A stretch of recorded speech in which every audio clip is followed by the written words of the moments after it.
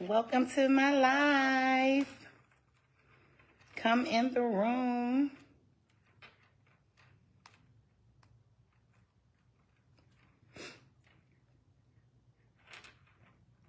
Come in the room.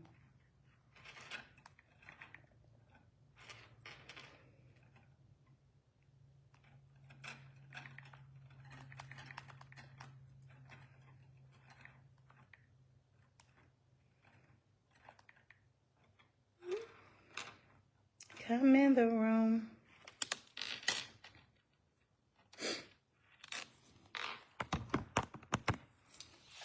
Excuse me, my allergies are acting crazy today.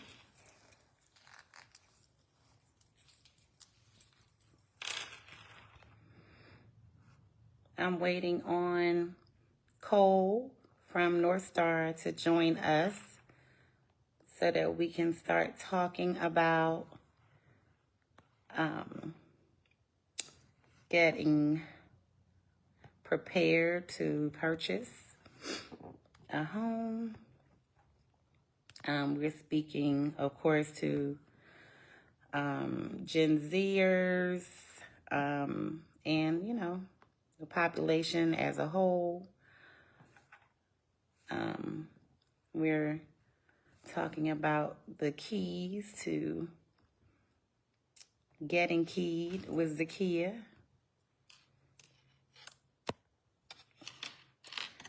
Let's see. Allow viewers to join. Oh, there you are. Wants to join. I'm trying to get you, Cole. Approve. Ask Cole to join. Okay. This is our. So I'm so excited as Cole is being added to. Hey, There we Cole. go. Hello, hello. How are you? I'm fantastic. How are you? I'm doing well. Can you hear me okay? I can. Okay, well, I'm glad that you are joining me today and that we're doing this live together. So thank you for that. Absolutely. Um, and we are going to be discussing, just the keys to getting into a new home, to getting keyed with Zakiya. Cole is going to basically give us some coaching tips on how to make that happen as it relates to the mortgage aspect of credit, getting approved, what you need to do to prepare to getting into your new home. So, Cole, I know that we are focusing on Gen Z, I love it. right? Yes. So why are we focusing on Gen Z, Cole? Gen Z's got to get going. They got to get going.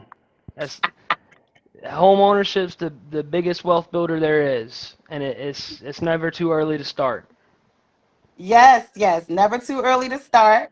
So tell me, Cole, when did you start? Are you a homeowner? I am. Okay, and how old are you? So I am 25. Okay, Believe it or not, I've been doing mortgages for 6 years, but I bought my first home when I was 20. see. And what made you decide at 20 years of age? Like, what year did you graduate from high school? I graduated in 2018. So how old were you? I was 18 when I graduated. So I was 20 years old when I bought it. So 2 years out of high Right. school, just into my new job. Uh-huh. Yep. So what So made you decide to do that at 20 years old, like 2 years after you graduated? Did you know anything about home ownership when you were 18, when you were in high school? Did somebody like talk to you about home ownership when you were in high school? Like tell us the story. We want to know. no, I was a little. I had a little unfair start compared to most. So I was out Okay. of high school. The summer before I started college, I started working at North Star. And so I joined North Star team, and I was doing some cold calls for them. Wasn't licensed at the time. Ended up Shout getting out to my. David Stallings. That's right. That's right. So I Wasn't licensed at the time. Ended up getting licensed shortly after, about a year. And I was looking. I was ready to move out. I started looking at apartments, and granted, we've got some pretty good mentors in our office. So I was talking to Uh-huh. people, let them know I was looking for apartments. They're like, well, why don't you buy something? I was like, man, Mm-hmm. I can't buy anything. And they're Mm-hmm. like, well, have you looked at your numbers? And I was like, well, that's a good point. I didn't even consider that. I just figured, Mm-hmm. we'll start like everybody else starts. Let's get an apartment and then we'll work our way to a house. Mm-hmm. So I ran my numbers based off my income, got my DTI, didn't have a ton of debt. I was fresh out of high school, but had a small credit card that was building some credit. And Mm-hmm.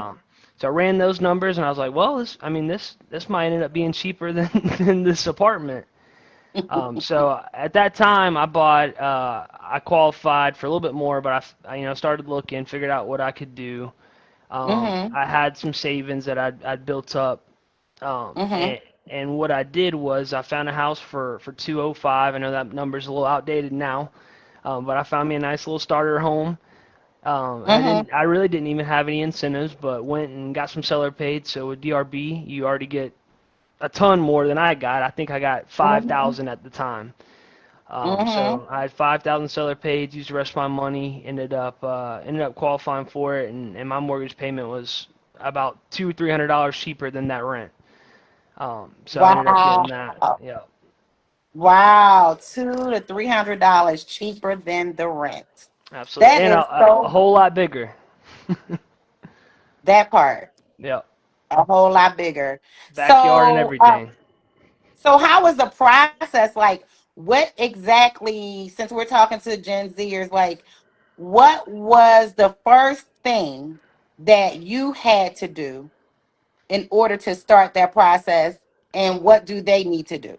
Yeah, absolutely. So, pretty much the same for everybody, and it's always good to at least take a look at it if you're considering it, because that's what I did. It took me a couple months to find the house, which is Mm-hmm. pretty normal, but you start with your loan officer. So I Mm-hmm. sat down with a guy at North And Star. that would be It would be me, hopefully. So you call me a guy like me. Hopefully he's more handsome than I am, but uh, I got with my loan officer. We sat down and crunched the numbers, and we did a very preliminary review. So he did a soft pull on my credit just because I wasn't 100% sure, and we offered that for all of our clients. So it didn't Mhm. impact my credit score. We started building out my DTI, and seeing, hey, So here's the hold map. on. Yeah, Let's slow down for a second. Okay. So your credit score. What does a Gen Z or credit score? Well, what should the credit score look like? Like, what's the lowest credit score? What's the highest credit score that you can yeah. have? What's the lowest credit score that you can have? Absolutely. So I'll talk. I don't imagine anybody in Gen Z has an 800, and you don't need an 800. That takes time to build, and that's the biggest thing with credit. It's a big game, and it's a time game. Mm-hmm. So I had some people in my life, some mentors that I worked with, that talked me into getting a credit card. So how I used it is, when I turned 18 and graduated, and I had some money coming in, I went on Mm-hmm. Discover.com and got me a little student it card or whatever it was. Mm-hmm. So I Mm-hmm. got me a little student card, and I'd pay for my gas to here and there. And if I'd go out to dinner with my buddies or something, I'd throw it on there, but I'd go pay it off Mm-hmm. right then. So I used it as a tool because I was scared of it. I was like, man, I don't want to pay any interest, and I don't want to get Mm-hmm. in trouble with this thing. So Mm-hmm. I used it like that. Stuff I needed, stuff I was gonna spend money on anyway. Put it on the credit card, go pay it off, and use it as Mm-hmm. a So you tool. paid it So off within the 30 days. yes, you got to pay it off within 30 days. I set up auto payments beforehand. That eliminates kind of all the risk. I had it tied directly to my bank. I knew, hey, it's Mm-hmm. coming out whether I'm ready or not, but at least I know it's Mm-hmm. coming out, and I'm not gonna have that 30-day late. So Mm-hmm. it works pretty quick when you're first getting started. Um, Mm-hmm. you kind of start at a baseline of, I'd say, probably 660 when you open your first account, maybe a little bit lower than that. Okay, Yeah. So that's you good. yeah, you get some really good pricing. I mean, it usually takes about 6 months for it to report. So once you get your first card, it takes about 6 months for it to naturally get there. And then from there it should move pretty quickly. As long as you're using that card, that's the biggest piece. A lot of people get them and they don't touch the card because they are scared of it. You've got to play the Mm-hmm. game to win the game. So Mm-hmm. the credit Right. companies want you to use that card. They want to see that you're using it. So I would change up my balance. I didn't always pay it off to zero.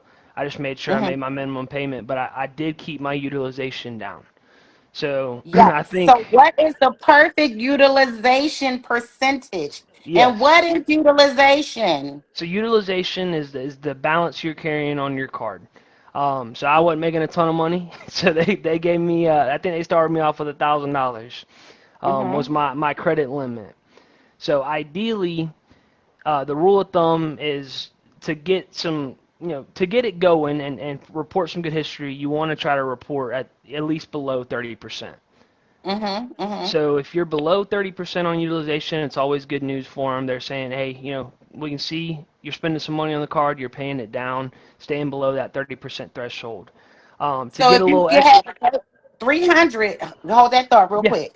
So, at a $300, let's say you get a $300 Capital One card. yeah, Does it matter if it's secured or unsecured? it does not. It does not. And Okay. and most of the time you can get, like, if you haven't had any credit before, you can get an Mm-hmm. unsecured card. Just Mm-hmm. because you don't have any bad history, but if you're trying to rebuild or you did something in the past, Mm-hmm. it might require a secured card. Typically they're about $500. Okay, I Yep. want to take a second to say thank you for you all watching us. Joining us, Amanda and Tristan. We appreciate you. Thank you. I am Zakiya Watford. Get Keyed with Zakiya. I am a real estate professional agent at DRB Homes, particularly the Kingston community in Locust Grove. And here we have Mr. Coach Cole, who is helping us and coaching us through home ownership, the journey, getting prepared, getting our credit prepared for to make this leap, this jump. And he is with who, Cole? We are with North Star Mortgage Advisors. Yes, North Star Mortgage Advisor. So, okay, so $300 credit card. If you get that Yep. secured or unsecured, it doesn't matter.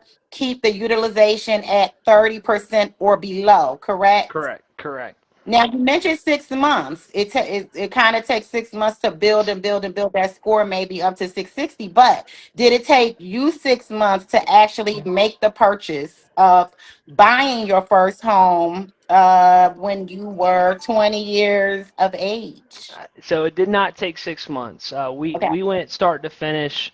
We were a little over 30 days, just because I think the seller needed a little bit longer to get some stuff Mm-hmm, moved out.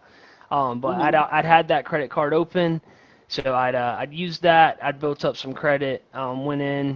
Went through my pre-approval process. We reviewed the credit report, mm-hmm. and we hold on, I'm getting a call. Okay. Uh-oh. You on mute.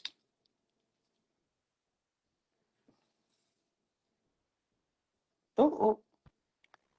What happened? Am I back? Oh, there you go. There we There go. you are. Perfect. All right, so we reviewed the credit report. Oh, wait, wait, wait. So now you're like a robot. Ooh, ooh. Now the screen is red. I can't hear you now. There we go. I think we're back. You're better. All Yes. right, perfect. All right, Okay, so so go ahead. we started. We did the soft pull. Started looking at the numbers. Basically, what your credit determines two things. You know, or it's three. So one is the approval, but as long as you're over our minimum threshold, you should be able to get an approval as long as everything else is good. So we go as low What's as a your five. minimum? Go ahead. Yeah, we go as low as a 580 credit score. Okay. Um, so we can get an approval at 580. Of course, the better that score is, the more loan program options we have to offer, the more incentives you can get within those programs, and two, the better that the interest rate pricing and all those items are going to be. Mm-hmm. So And the right. Mm-hmm. yeah. So we Go. do Go the ahead. we do the 580 up. So of course, if we can get, if we're at 800, you've got access to everything. If we're below, I'd say 720. It Mm-hmm. kind of limits our programs a little bit. Uh, And really, it really just limits with whether it's a good deal for one program or a better deal in another program. Okay. Yeah. So can you speak to, like, let's say you have a Gen Zer whose parents use their social security number Right. to build, well, like to get utilities in their Yeah. name, or something like that, and then they messed it up. They messed the Gen Zer's Right. credit up. So, So do you have, like, can you speak to that credit analyzer that you guys have, yeah, where you can absolutely. tell someone how they can improve their score if it's a low score? Yeah, absolutely. So, with every credit report, we get a free credit analyzer. It basically runs a scenario on your report. It picks Hmm. up all the previous derogatory stuff, any bad remarks on there, and gives us a route and a time frame on how long it's going to take.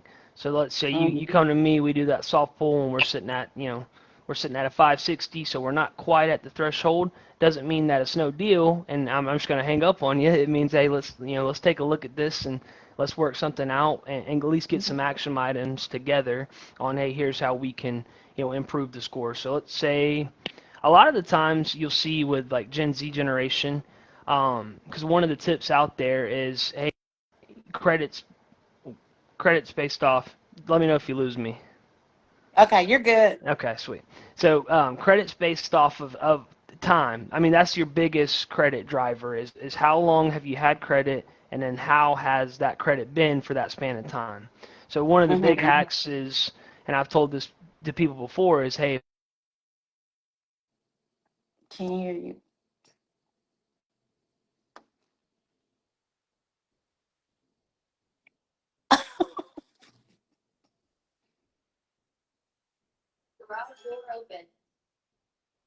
Um, is that there you better? are. Perfect. Hmm. I'm putting it on do not disturb. Okay. Let's see. Hey, thank you guys for joining us today with Get Keyed with Zakiya. We are so excited to have Cole with North Star with us, and we are just dropping some gems, sharing some gems with you on getting your credit score a little, higher, getting you prepared for home ownership. What does it actually take? So you're good, Cole? Yeah, I'm good. Okay, Awesome. okay. So go ahead. Yeah, so one of the biggest things is you'll see it if you Google, hey, how do I get my credit score up fast? They talk about authorized users. So Mm-hmm. that's a great way for a young person who might not have had the time to build that credit, and they've got a family Mm-hmm. member, whether it's brother, sister, aunt, uncle, mom, dad, that they're really good with their finances. They've had a card, let's say they've had a card since 2000.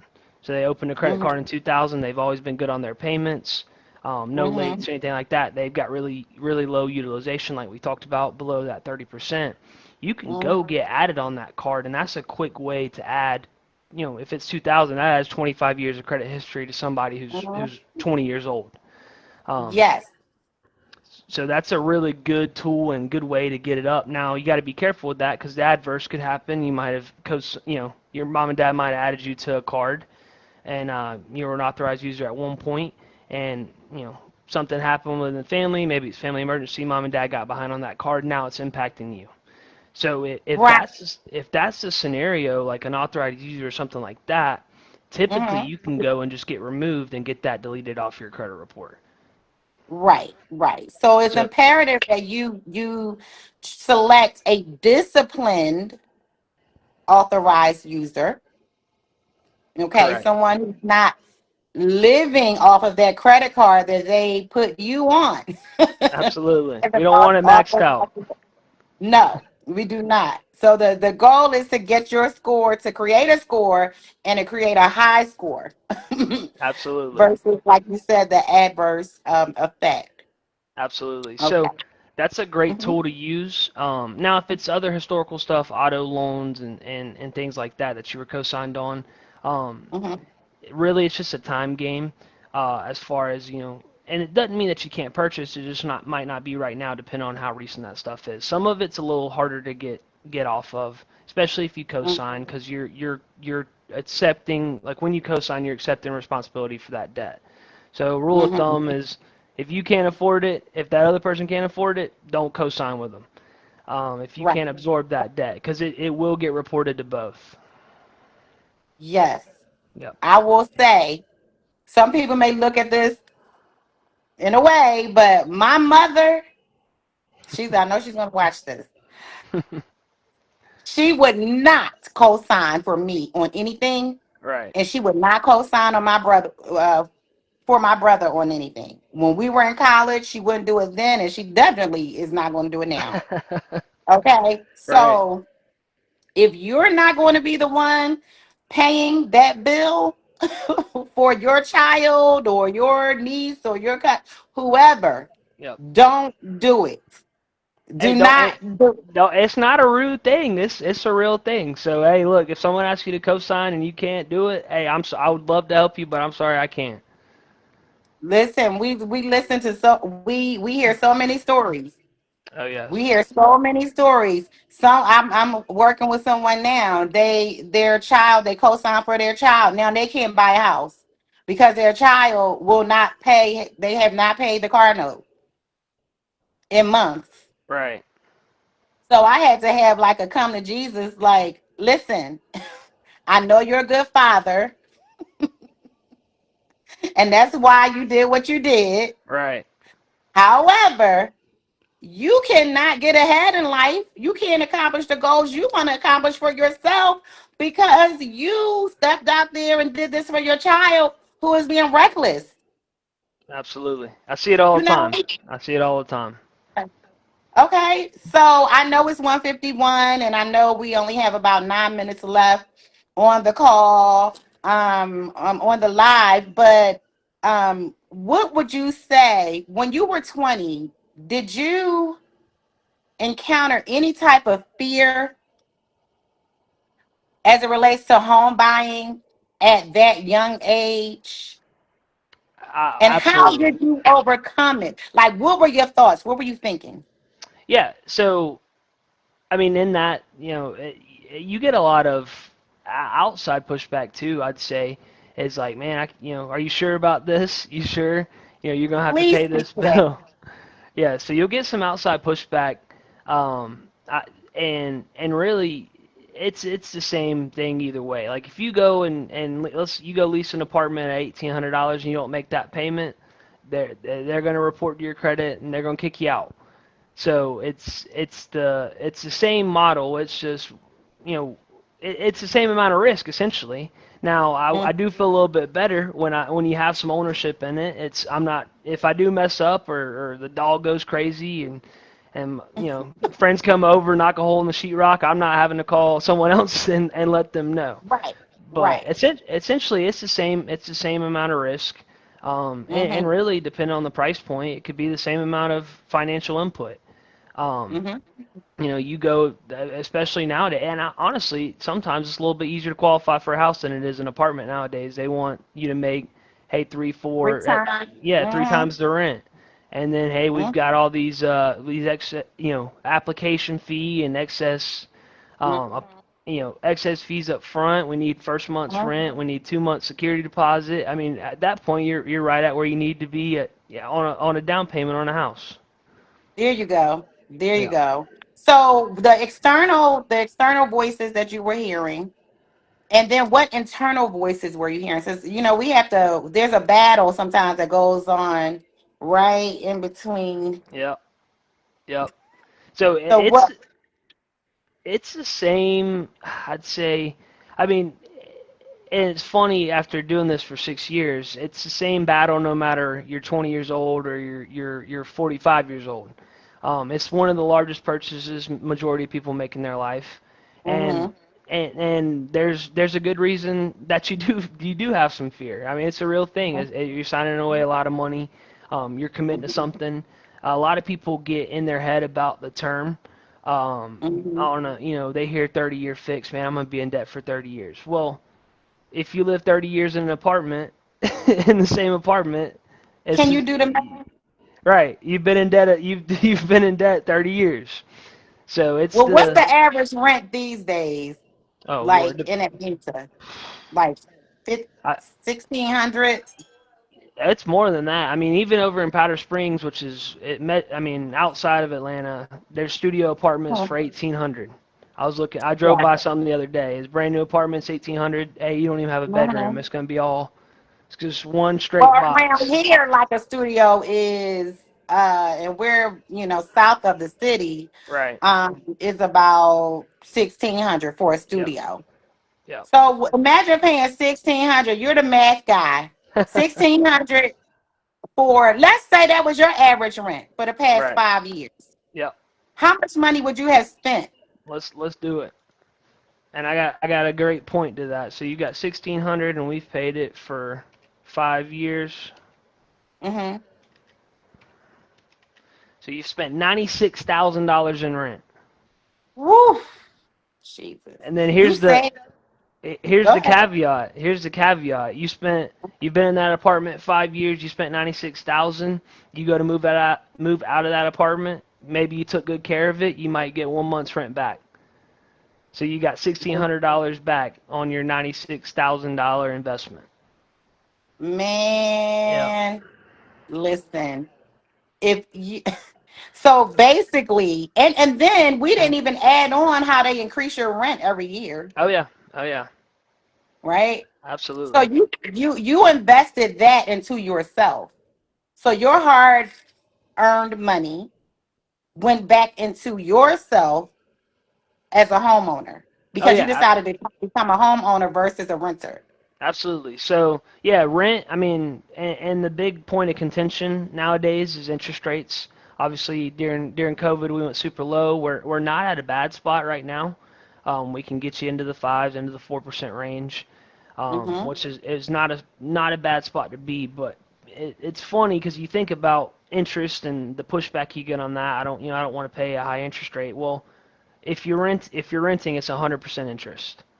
No, you're Mm. not seeing any return on that money at all. It's going to someone else. Someone's making 100% interest off of you. That landlord, whoever, or that big company you're renting from, you're just stuffing their pockets, and none of it's coming back to you. They're creating a generational wealth for their children, their family, for themselves. Like, it's that's what you're helping them do. You're not doing it for yourself. Absolutely. How we do know that people have to do what they have to do.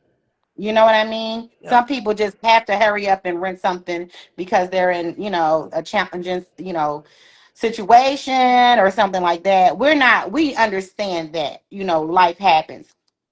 What we're just trying to do is get your mind right to help you to understand that you're not too young. Uh-oh. Oh, just hung up. Oh, Lord. We're like 3 minutes. Maybe he'll come back on the screen. You're not too young to become a homeowner. You're not too old. Home ownership is for anybody. Anyone who is ready, willing, and able to purchase a home. You can do that. You can do that by contacting me. Please shoot me a message, a direct message, as well as Cole. And I believe that we will all make a great team as it relates to getting you on this home ownership path. And, we take you by the hand, we serve you with integrity and pride. So, my name again is Zakiya Watford. If you have any questions as it relates to home ownership, as it relates to financing a home, as it relates to your credit, building your credit, what should you do, what shouldn't you do, please reach out. Reach out to me, reach out to Cole, and we are more than willing and able to help you, very knowledgeable. And we want to help you to acquire what you have in your heart, to acquire. We want you to obtain the goal of home ownership. We are going to sign off. You could also contact me at 404 263 5800. That's 404-263-5800. And then you can call Cole as well at 678-879-3717. That's 678-879-3717. I would like to shout out Ryan. Thank you, Ryan. Thank you, Russ. Thank you, Amanda. Thank you, Cynthia. Thank you, Tristan. Thank you all for tuning in live, for sharing this moment and this platform with us. We would ask that you share the live with someone who's on the fence about home ownership. We will take our time with them. We will talk to them and educate them about the process, and we'll take them by the hand. Thank you so much for joining Get Keyed with Zakiya. You have a great day, a great weekend. It's Friday. Be safe out there. Until next time, we'll see you soon.